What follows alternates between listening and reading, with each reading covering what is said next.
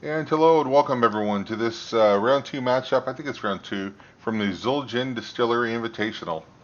You can see by the high-tech map list on the left that I don't have any real overlays for this, so I apologize. So if you ask a developer to do it, you're going to get Lucida console, white on a dark background.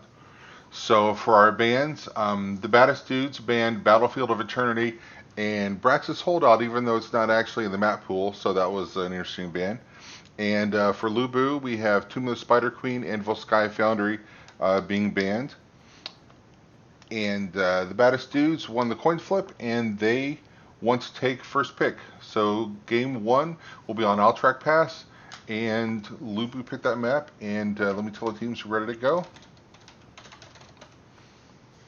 And we will get started. Hope everyone has a good time watching the stream tonight. And hope we have some amazing, epic XGDI games. Alright, let's get to the draft. And sitting in the captain's seat tonight for LuBu, we have Alan Hicks, and for the Baddest Dudes, we have Demon Grand, so they'll be calling the shots.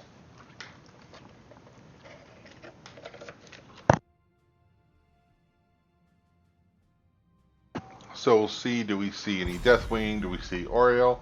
She's falling down a win rate a little bit, but she could still be a high ban potential, especially after that amazing Lexadecimal game-saving Oriole play that will go down in HOTS history. She might have her own meta right there.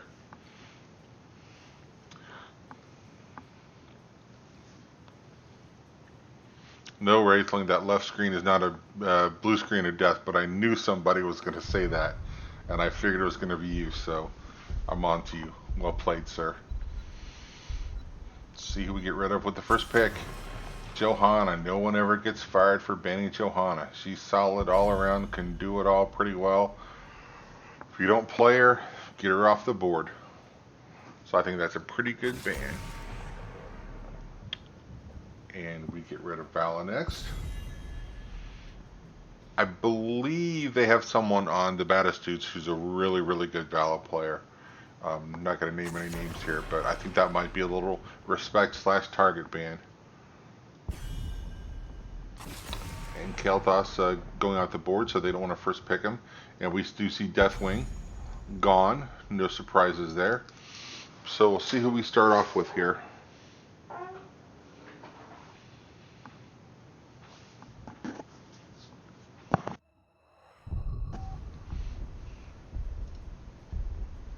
Still thinking, taking their time, nothing wrong with that.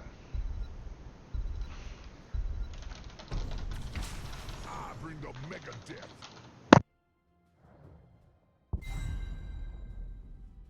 And we get ETC next to Johanna, probably the second most do-it-all tank that we have. So taking ETC early doesn't really tip your hand if you have any kind of strategies lined up with him. So I like that pick. If you're going to play him, get him out there. So we see Li Ming and Greymane taken, so they are bringing the damage. I'm interested to see whether we see a Calamity Li Ming or an Orb Li Ming. Calamity is really, really good, but you can really get yourself into trouble. That's why I don't play it, because I'm not good enough with Li Ming. But I throw a mean orb. Thank you very much. I'm here to help. So we pick up Jaina on the side of the Baddest Dudes. Maybe some wombo potential. Maybe a nice Ring of Frost on top of a mosh pit. While Imperius is stabbing them in the face. That could be a nice little combo there. We'll see what LuBu does not want to see him put with that. They could get rid of a healer here, because they do need a healer still, but there's so many to pick from. That Oriole's still out there. I wouldn't be surprised to see her just not banned or taken. Anduin goes by the wayside. Another popular pick. So we're not going to see the Holy Cow, the light bomb on top of ETC in the mosh pit. That could be devastating in the right hands if you land it.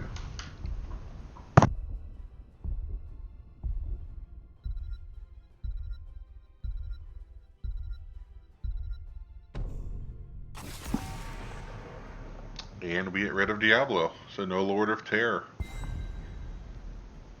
Excuse me. So we get Stukov. So watch out for the circles.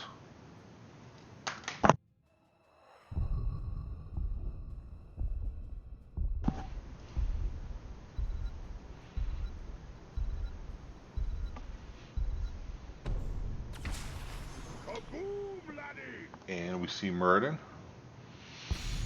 So two of the bigger, beefier tanks will be going head to head.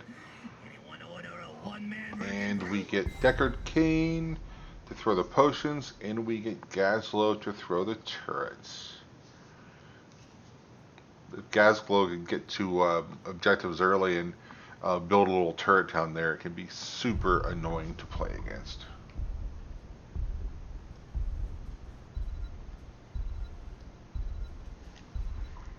And how are we going to finish off the draft? Glory to the Horde. So we go with Thrall. Lots of lockdown potential with the Wolves there. He can lock them down, Stukov can silence them, and Ming and Grey Ming can tee off on him. So I think there's some potential there. I already mentioned the Wombo that we have on the right side. Looks like we have royalty in the house. Let's give it up for Arrow, everyone. Give him a round of applause. He deserves it. What, 121 cast this year? Am I getting that number right? That's insane.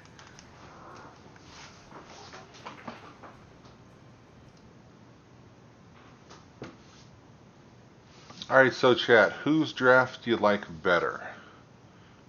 I think I'm going to go with LuBu. I really like the damage potential of the Li Ming and the Grey Mane. And they do have a solid front line for Ming with the Thrall and the Muradin. But if that Jaina is good, not that they're all not good, but I mean, if the Jaina puts on a really good performance here, she could be really effective. And I think Gazlo is the X factor. I never know what to think when I get a Gazlo in my games in Storm League. You know, they're either an amazing Gazlo main and they can't do anything wrong, or it's not so good. So I have a feeling this is going to be on the closer to the amazing side of the spectrum than the not very good side of the spectrum.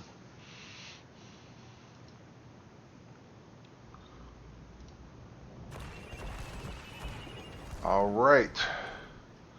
So let's get started, shall we? So on the left side we have Spartacus on Thrall, Alan Hicks on Muradin, Bandit on Ming. I'm going to cheat. Suikoden on Stukov and Streakwing on Grey Mane. And then on the right side for the Baddest Dudes we have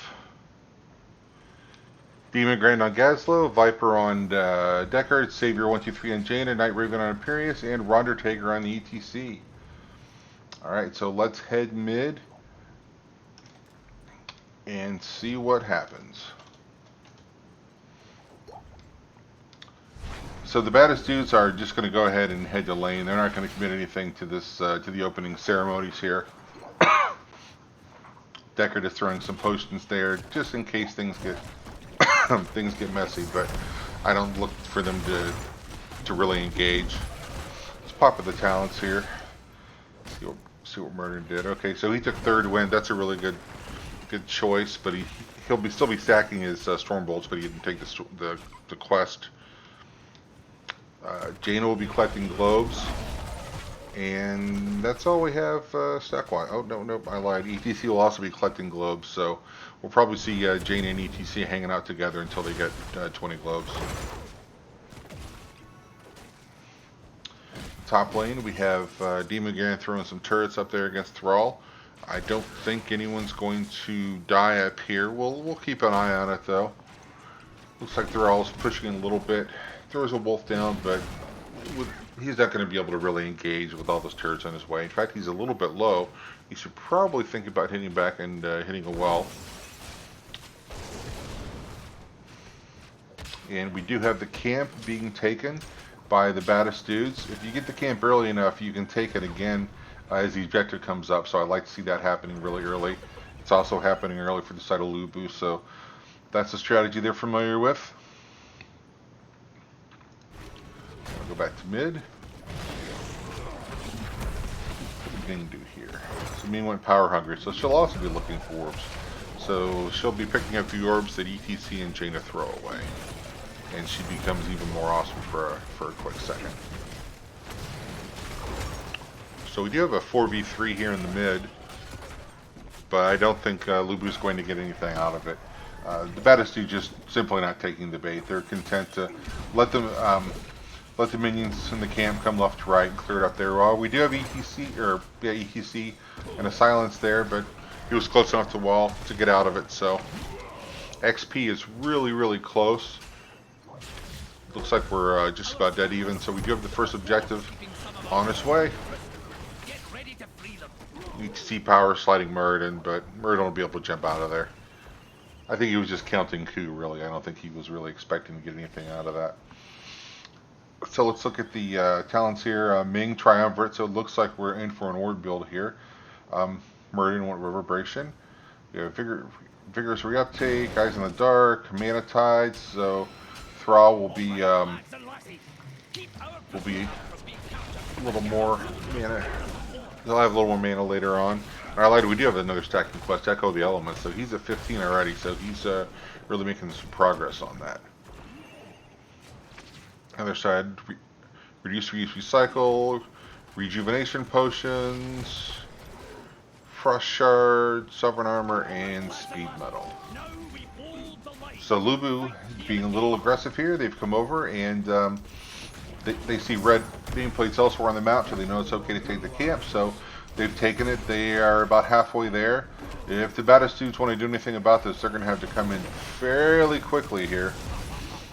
So we do see them slide in. Thrall's got an extra lightning bolt here. He finished his quest. So they were able to channel it, so with 6.1 seconds left. Ming just throwing some orbs to kind of poke and keep everyone honest. In the mid, have LuBu cleaning up that lane, and they're rewarded with an early 7. So they have a 7 just before the Baddest dudes do.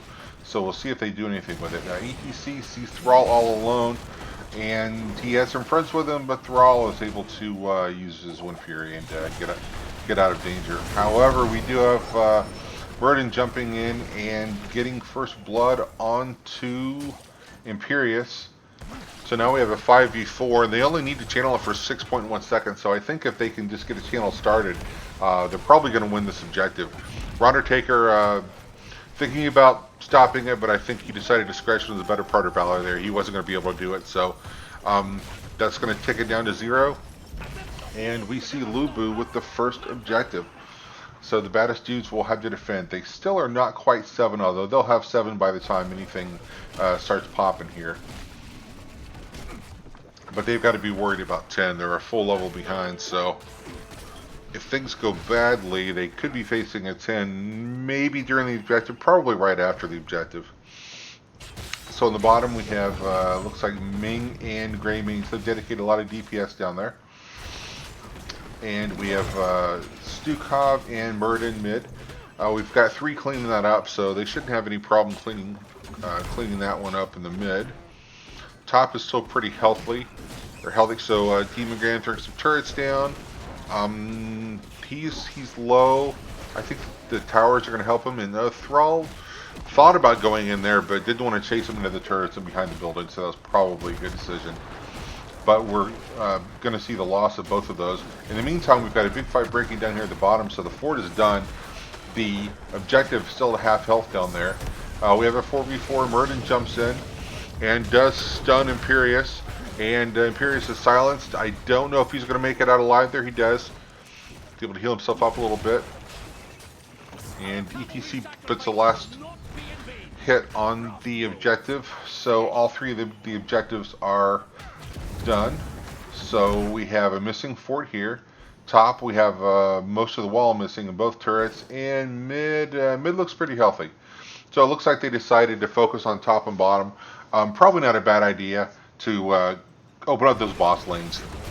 So if they decide to take a boss, it's got a little bit less to stop it. And we do have 10s on the side of LuBu, so let's pop it up. So we see Avatar, boring, but a good talent. Ming's still deciding. We have the big shove from Stukov. Curse Bullet for some big time single target damage. And then we have Sundering on Thrall. So he'll be looking to displace the other team. We have the camps being taken at almost exactly the same time, so these should be meeting right here in the middle. So we don't quite have 10 on the side of the Baddest dudes yet, but they're almost there, so.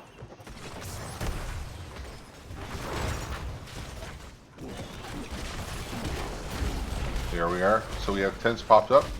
So Gazel goes for the Grab-A-Bomb. That's also nice with the ring and the mosh. That could be a sick wombo. Deckard's going to bore everyone to sleep with Stay a While and Listen. Jaina did go Ring of Frost. ETC did go mosh, so we do have some wombo potential there. And Imperius went Angelic Armaments. And we have our next objective up. So everyone's on the same talents here. We do have a 1-level lead, but it's a 10-11. It's not like it's a 12-13 or a 15-16. So we do have, in the top, they're collapsing on 4th Thrall.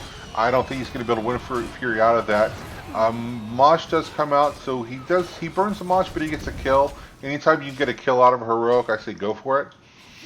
So there is a hell of a long cooldown on that, so he's not going to do that for another 104 seconds now. And knowing that they're 5v4, the Baddest dudes decide they're going to channel the camp, and it's ticking down.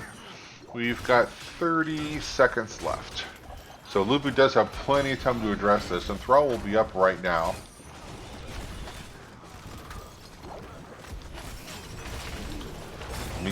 Throwing some orbs, just trying to poke, maybe get lucky. You see with the power slide. He's a little bit low. He does get shoved back to safety by Stukov though.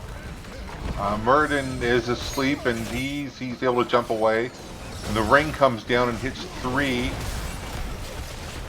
However, Stukov throws the silence down, so as they jumped in to try and do something about the ring, they found they couldn't throw any abilities, and Thrall was able to get the double there and just finish him off. But that kill did not prevent the objective, so probably worth. So we've got the objective coming up on the side of the Baddest dudes. Let's see what they can do with it. Up in the top lane, Gazlo, he's getting bullied by that Thrall a little bit. Hopefully he'll be able to do something with the objective.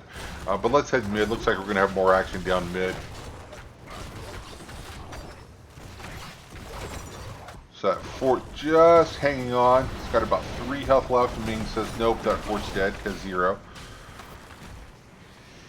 So that mid objective, the tower's going to take care of it. It's not going to do a ton of damage. In the top, Demon Grand is able to push with that a little bit. So he's kind of pushed that entire lane to the left. I don't know that he's going to get a lot of value out of that. He does have some minions coming up. Maybe you'll be able to throw some turrets down there and start doing some work on those structures. But Thrall's doing a really super job of keeping that cleaned up and really staying on top of Gazlo, not letting him tee off. So the bottom is cleaned up. Is Imperius? No, he's just scouting the boss, right? He's not going to do anything crazy down there. I don't know. We'll have to keep an eye on that. So in the meantime, camps are up. So we have Greymane ripping that camp down on the left, and on the right we have more of a team effort. So the camps will be taken at almost the same time. So they'll meet just a little bit to the left of center there. Pierce doing the Lord's work down in the solo lane. Although I do see a lot of blue around him. It looks like they're going to get behind him. He does mount up, but he's dismounted there. And Thrall, is he going to be able to lock him down? He hits the Sunder. Oh, Deckard with the really, really nice Stay a While and Listen. And then Jaina follows it up with the ring. Wow, surprisingly, no one goes down. I thought for sure Greymane was gone there. And we had someone low on the right side. Was that Imperius? Wow, I cannot believe we did not have a kill there. Let's pop out the talent since we have 13s here. So Ming's got Zeld's Vengeance and Glass Cannon, so she's gone. This is a build that I really like. Just full bore. I'm going to throw orbs. I'm going to stand in the back. Please don't let anyone touch me. Oh, so we have a play for the boss. So we've got 4v3. Pop that down. And the boss has leashed. And Imperius, oh, he's stuck in a silence. I don't think he's getting out of that. Maybe. Wow, he does get out. Murden's going to come in and not able to get a stun. He threw his Q and miss there. So the baddest dudes are able to walk away from that. Now the question is, are they going to come back down and grab the boss? And the answer to that is yes. Yes, they are. So we do have Gazlowe up on the top, pushing. He's, wow, 6 turrets, 5. That's not fair. So that fort's going to fall in short order. But unfortunately, in the bottom lane, we're going to have a boss, and there's no fort covering up that lane. We do see the baddest dudes coming down, but they're not going to get there in time. You see power slides in, but he was just a split second too late. So he gets a stun in the back for his troubles. That was mean. Murden chasing him down, but stun's on cooldown, so he's not going to be able to throw it again. So we'll see if they push with this boss, or if they... looks like they're going to let it walk by itself, and they're going to try and get some... well, the objective's up, so they're going to start the objective. So we do have a fort, or pardon me, a camp, pushing for the baddest dude, so Thrall's going to make fairly short work of that. He's got minions to help him out. So we have 35 seconds left on the objective. Let's go look at that boss. So we have all 5 members down here clearing the boss. So the boss is dead. So they still have 25 seconds. They have enough time to get up here, but they really need to hustle. No dawdling here. So we do have the Moss up. In fact, I see like 10 ultimates up, so we're going to see some stuff go off here in this fight. You see power slice to safety. Oh, Imperius is in trouble. That silence is really giving him fits. ETC, Greymane just told him to go home for a little bit. And the ring does lock some people down, but the baddest dudes are all really low. Gazlowe's not going to make it out. The rest of them had to kind of retreat. That ring was more of a get-out ring than an engagement ring, so it was well placed. It did its job, but unfortunately, when it wasn't able to use it very offensively. So it looks like this keep is going to go, and there's nothing that the baddest dudes can do about it. And we do have the objective coming up, and in all 3 lanes here. There's a talent if anyone wants to take a look at them. Let you guys read.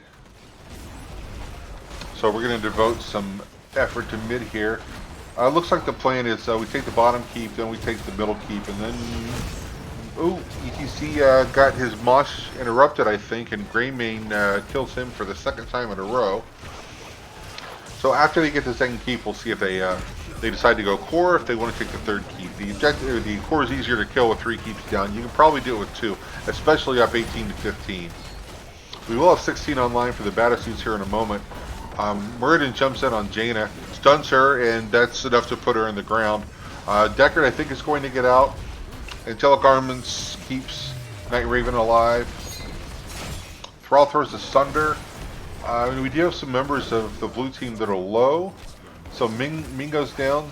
The turrets were too strong for her.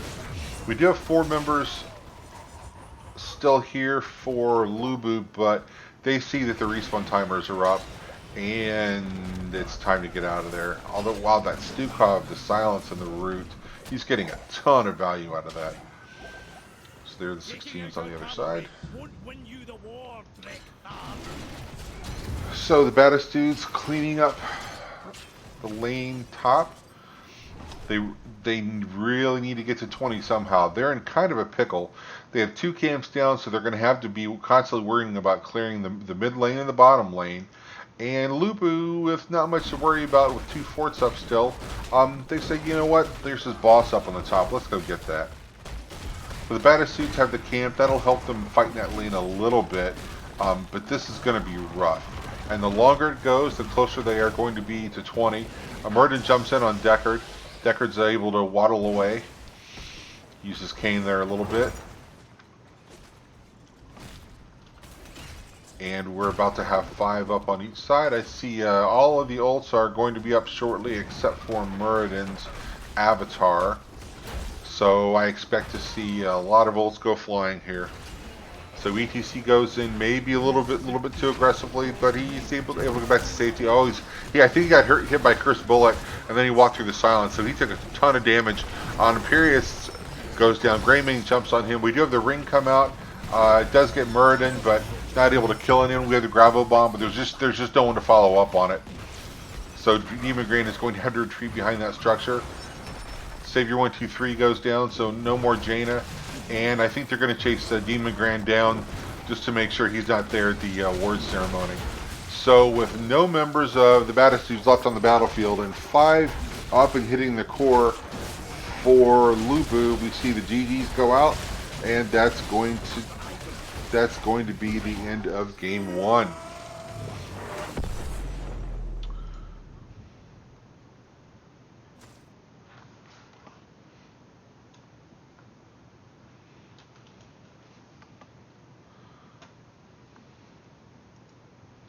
All right, so let's take a look at the stats here. Damage. Wow. So the top 3 damage are all on the side of LuBu.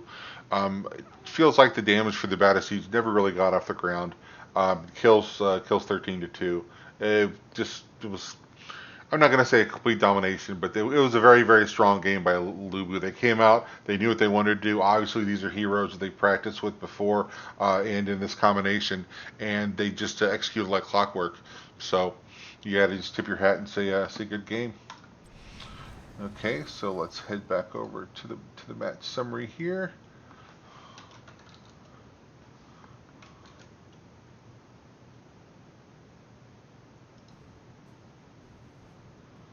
Okay, so LuBu wins the first game, and we'll see what the teams want to do for game 2.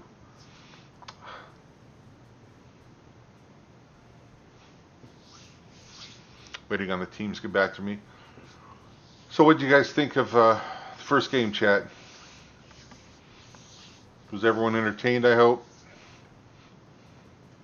Oh, I forgot to do my one job as a caster, and that is to keep score, and I forgot to do it.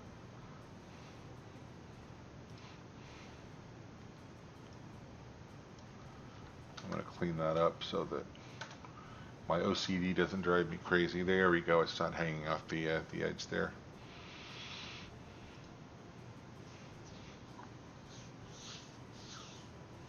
And I'm going to take a short break here, so while we're waiting on the other teams, excuse me, I'll be right back.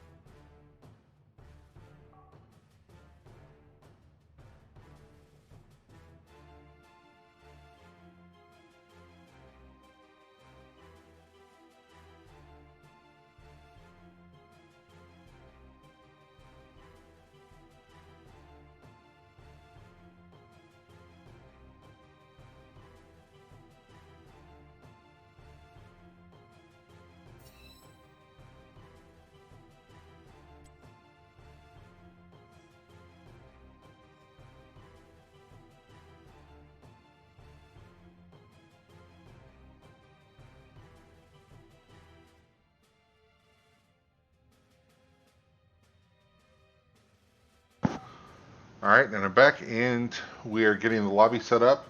So we are going to go to Infernal Shrines. The Baddest Dudes have decided they want first hero pick again. So LuBu has decided we're going to play this on Infernal Shrines. And let the teams know I'm ready. Be interested to see if we see some of the same heroes come out. Do we see the Gazelle pick again? Jaina is really good on this map, so I wouldn't mind seeing Jaina on the Infernal Shrines. Ming is a little more problematic because wave clear, it's tough for her to throw orbs in the objective. However, if you play Ming, you're really not playing for that objective. You're playing to kill people so they can't take the objective. So we could see her and Greymane. I mean, they were really, really good together. So we'll see. Maybe the teams have some kind of a excuse me, some kind of a pocket strategy for this map. I'm not even thinking about. All right, here we go. Let's get the draft underway, everyone. Hold on to your butts.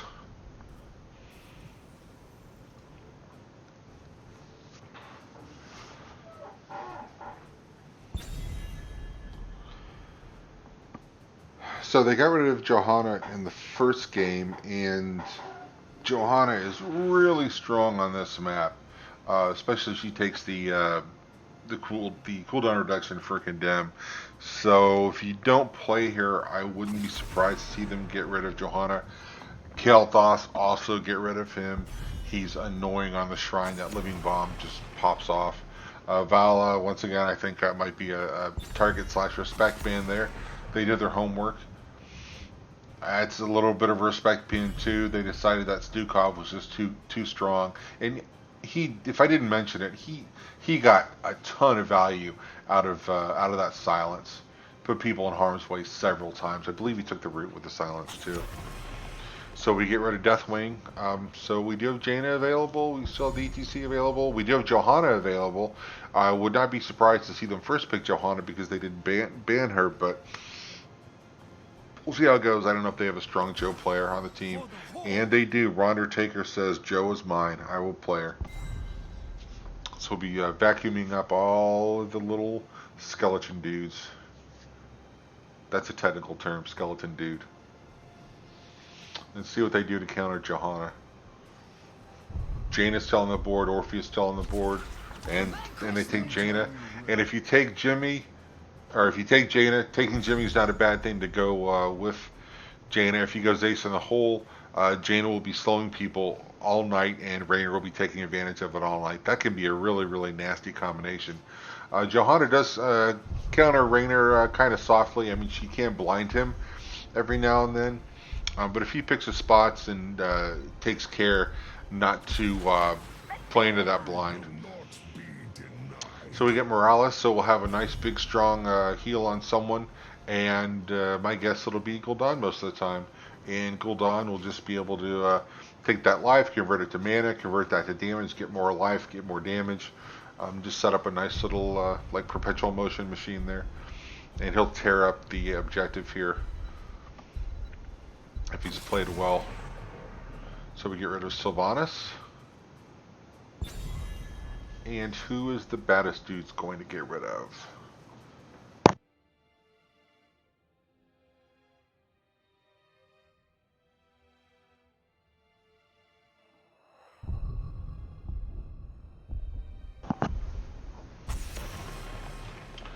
Diablo. Diablo can be good on the objective in here.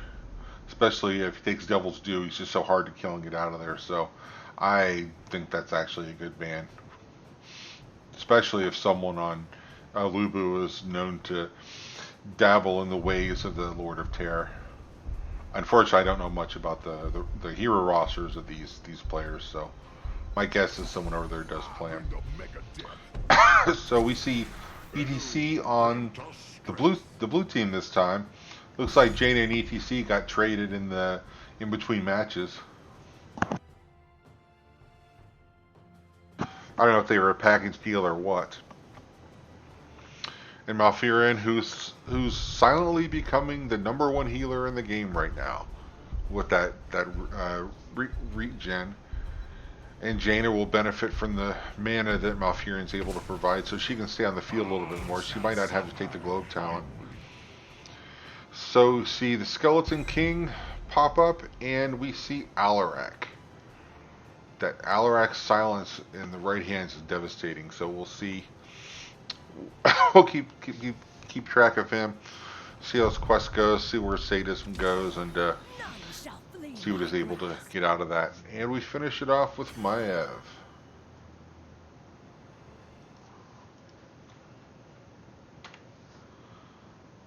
It doesn't look like anyone's going to swap. So it looks like those are the teams that we're going to see play.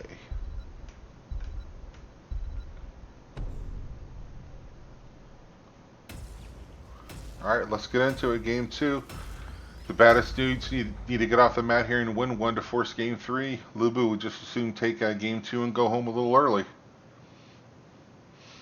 Maybe have a little post-game party here. Get ready for the playoffs.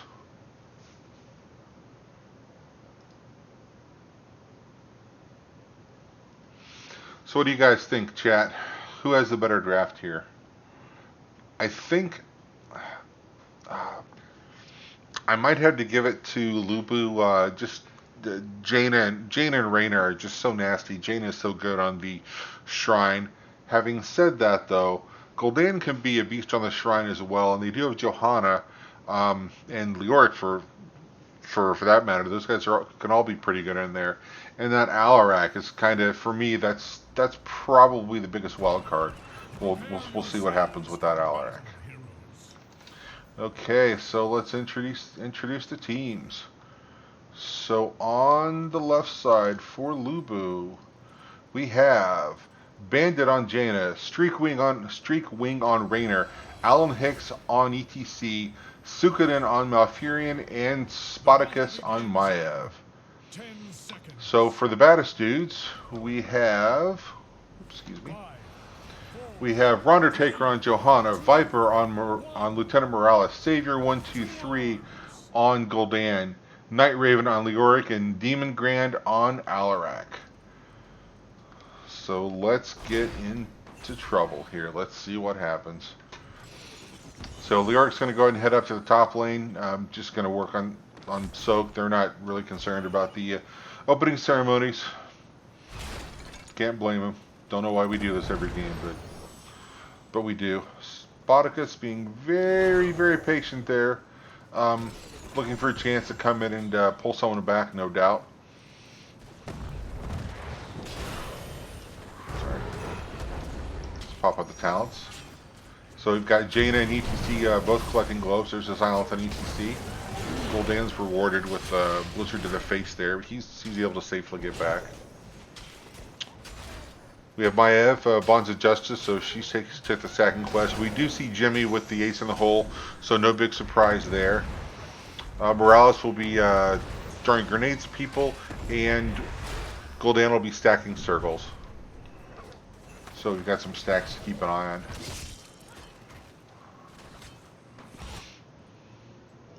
So in the top lane, we have Leoric against Raynor. That's an interesting combo. I kind of like to see Jimmy and Jaina get together, but they'll have plenty of time to play together at objective time. So this isn't too bad.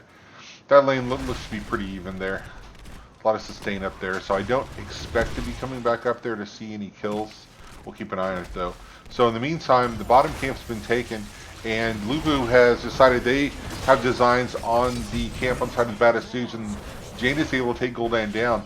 And ETC, I thought he was going to power slide in for more, but he's decided to still fall back to take the camp. So we've got a lot of early camp pressure here. And XP's a little bit on the side of LuBu. They have 4 now, but it's still fairly close. But the baddest dudes do have some camps to take care of. So Alak's going to take care of it. He's going to make short work of that camp. And LuBu, some really good back row play. Really taking care of the the camps, painting the map blue. I don't think they're going to have time to get the top camp. They might be able to rotate up there and back, but they're all down here. My guess is they're just going to stay and start the objective as soon as it's up. Take advantage of the fact that they have a full level lead, and they're going to hit 7 before the other team does. So let's pop for the talents there. Malfurion has the quest talent for Vengeful Roots. Maiev took her pinned down quest talent.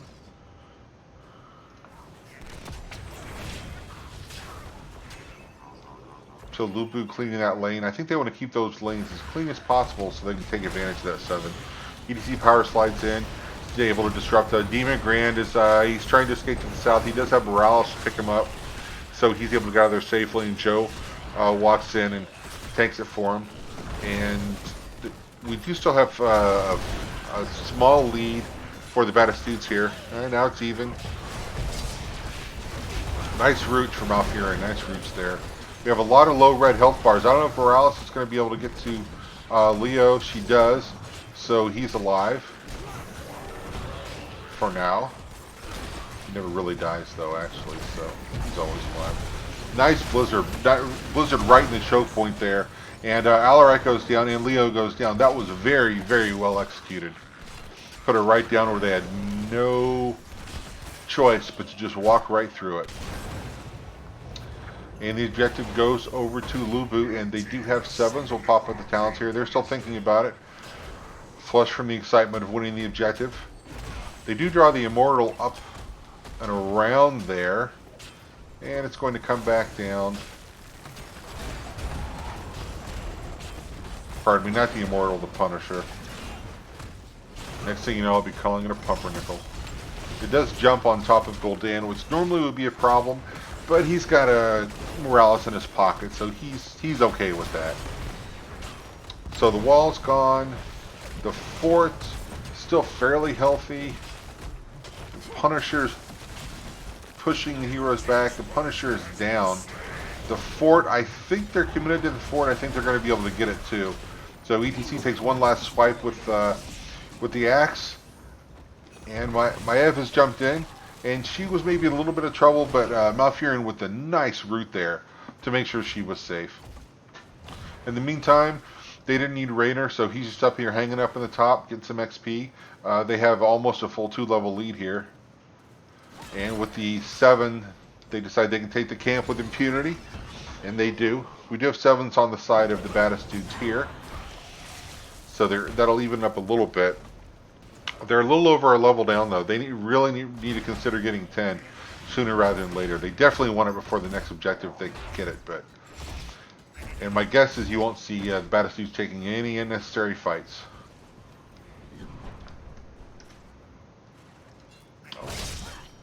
Johanna hits him with the flashlight, but it's a 3v2, and she reads that situation exactly as she should have and decides she's going to back away. She does have a 4-stack down with her, so they'll be able to clear that camp, but unfortunately while they're down here as 4, there's some soak in the mid that's going untaken. So I'd like to see them kind of concentrate on soaking to catch up. And with 10s, LuBu says, you know what, we have heroics, you guys don't. We're going to take your camp. And there's not a thing you can do about it. At least that's what they're thinking. We'll see if it's true or not. Does a nice little zoning route to keep the work out. You saw him kind of dip in and realize, I can't go there, I'm going to dip right out. And that delay was enough for them to capture the camp. So we've almost painted the map blue. We still have this one up here that hasn't been taken yet. So the baddest dudes, they're going to burn this camp down fairly quickly. So there's not a lot of value from the objective itself, but the value is really they took it off the map, so the baddest dudes can't take it. So that's a camp they're not going to have to deal with. And in the meantime, they still have the heroic advantage. We don't have heroics up on the side of the baddest dudes yet. And we have 4-stack up here, and I think they're going after the fort. And oh my gosh, we had the mosh, and we have the ring on top of it. And then Maev throws the Hell in a Cell up. So that's 2 kills, and I think they're lucky it wasn't 3. I think Raynor threw a Hyperion on there for good measure. So that was gross. We saw all the ults come out, but they got 2 kills for it and a fort. So I think that's definitely worth. No point keeping the heroics in your back pocket. Use them all at once like that. That's why you have them. So they are going to finish painting the map blue here. They're going to take the top camp. So that camp will be pushing during the objective. It's just far enough away that the baddest dudes kind of have to make some decisions about where they focus their efforts here. They do have heroics. Let's pop it up. So we have Sim Drone from Morales, so someone will be a little more awesome for a few seconds. Leoric with the Entomb. You get a lot of value out of that. Johanna with the Blessed Shield. Not surprising. Gul'dan with the Horrify. And Deadly Charge from Alaric. So it's 15-4 for LuBu here in the objective so far. And they're showing no signs of slowing down. They've got all 5 here. And they're not worrying about the fight as much. They just want to kill the skeleton dudes. They want to get this objective. They want to see the Punisher march for them. So we do have ETC get caught in the entomb, but we see the ring go down. And is Johanna going to get out here? No, Johanna does not. Maiev takes her down. And Gul'dan, oh, you might want to look away if you have children, because that Gul'dan, it's not going to be pretty. He goes down. Morales gets the shield. I don't know if she's gonna get out. Wow, she's able to play around the building. Nice play, Viper. That was a good play to stay alive there, because my money was on her dying. So we have 28 to 30 now, 32 to 8. So it looks like LuBu is going to take this objective, and they have 13. So we'll see what their talents look like. And they're going to take this objective, and they will have a talent lead. So they could really make some hay here. I think this mid fort, if you're the baddest dudes, you just got to say, hey guys, this fort's gone. Let's use it to defend, but don't worry about it. EDC goes in, and he does get the two-man mosh down. And as that Gul'dan goes down, Jaina takes care of him. Johanna's able to get back to safety, and they're just giving the fort. They're gonna fight at the wall here. Maybe get the Punisher to pop over the wall. See if Johanna can get it to land on her. She throws the flashlight at it. It does jump on her. She goes unstoppable. She's going to pull it back so they can safely take care of it. But Hyperion comes out, so we're starting to get some damage in on the keep there.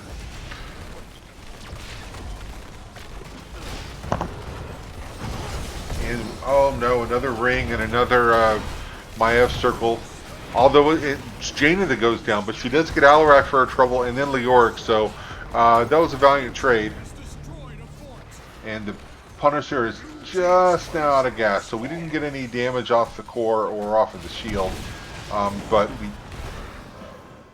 they did decimate that mid fort. So if we look at structures, we still have 6 up for the blue team, 3 up for the red team. Pardon me, 2 up for the red team. After that keep goes down, not the fort, the keep. So they're going to have to really be careful to get back in this game. They're not going to be able to take a fight for a little while, but they really need to work on that talent disadvantage. They're down almost 3 full levels and a talent tier. So team fighting, if you're the baddest dudes, is probably off the table right now. You just got to make sure your lanes stay clear, push them as far as you can, and be safe. And LuBu, in the meantime, they can take camps with impunity. There's nothing the baddest dudes can really do about it. So my guess is every time you see a camp go yellow for the rest of the game, you're going to see LuBu aggressively go after it. I wouldn't be surprised if they go after that top camp. I mean, they don't have a talent tier anymore, so 13s were taken. But they do have a 2-level lead, and they will have a talent tier in just a minute. Looks like we might be setting up a bush party, so shh, nobody say anything. Now that doesn't pay off, so instead they come up, they're going to go pick on the Leoric. He's able to wraith walk away, just gets out of the route there. However, he gets pulled back, and he's going to be not quite dead, but unliving for a little while. So he'll be throwing a spooky hand, trying to cheat death a little bit, but he's going to be gone for at least 15 more seconds or so. And in the meantime, EC leading the charge. He power slid on Alarak, but he was able to slide out of the way. Otherwise, that could have been really, really bad for him. So they're going to take this that wall, and they are thinking about the keep. Morales finishes her quest, and we've got 5 members of LuBu just wailing on that keep. The Alarak silence is keeping them honest, but so they're respecting him, but they don't look like they're really afraid of it. So he didn't get a nice pull there, but LuBu's doing a really good job of not letting Alarak just catch someone and pull him back. So they're playing a little bit back, but still able to get their job done. So we do 16s, and we do not have 16 on the side of the baddest dudes, so Rainer is going to go up there. They're going to go up there as a group. It looks like and clear that. Make sure they keep their all their forts and keeps pristine. And we have a camp that turned yellow, so now we need to turn it blue. It's really, really good macro tonight from LuBu. Really impressed. So that camp will push top, so the baddest dudes are going to have to keep an eye on it, but I think if you're the baddest dudes, you probably want to try and get 16, and then you want to contest this objective, because otherwise it's going to be really hard to defend that Punisher. Unfortunately, with the 16 talent advantage, it's going to be a little hard for them to really take a fight here. Although he does give himself a little bit of trouble, and now he's in the entomb with Jaina. Jaina ice blocks, and she comes out of the ice block and says, "Hey, Leoric, that was not nice. So here's what I'm going to do to you. I'm going to kill you." And he's unliving for a little while longer. Maev with looks like a 3-person pull there. She's in a little bit of trouble. Johanna's rooted, but she's got her D for defense. Gul'dan looks to be really, really low. Morales can't keep him up. Johanna's also going to go down. So we have 3 down. And at that point, with 5 on the up for LuBu. Oh, that was mean. We throw the Mosh out there. So Morales goes down. Alarak goes down. Leo's up. The GGs are coming out. With only Leo up, he's not going to be able to stop this assault. LuBu's decided we don't need the objective. We're going to win the game. I wish these guys would play Storm League with me, because none of my Storm League teammates have been able to learn that lesson this week. It's been kind of ugly. So the GGs are out, and that takes game 2 over to LuBu, giving them the 2-0 domination. Excuse me. So let's take a quick look at the stats. Similar story we had the last game. Top 3 damage are on the side of LuBu. Gul'dan put a decent amount of damage, but they were able to get to him 5 times. They just weren't able to safely dish out damage, and we had that 17-1. So if I'm the rest of the members of Lulu, I might razz Bandit about being the only one that died, but he also threw off more damage than anyone else, and well, I guess not more takedowns. So that's everyone was almost 100% kill participation. Rainer's the only one that wasn't there for one of the kills. So just a really, really good performance on the part of LuBu. So I'm going to come over here and we'll make it official. And we will give LuBu the point.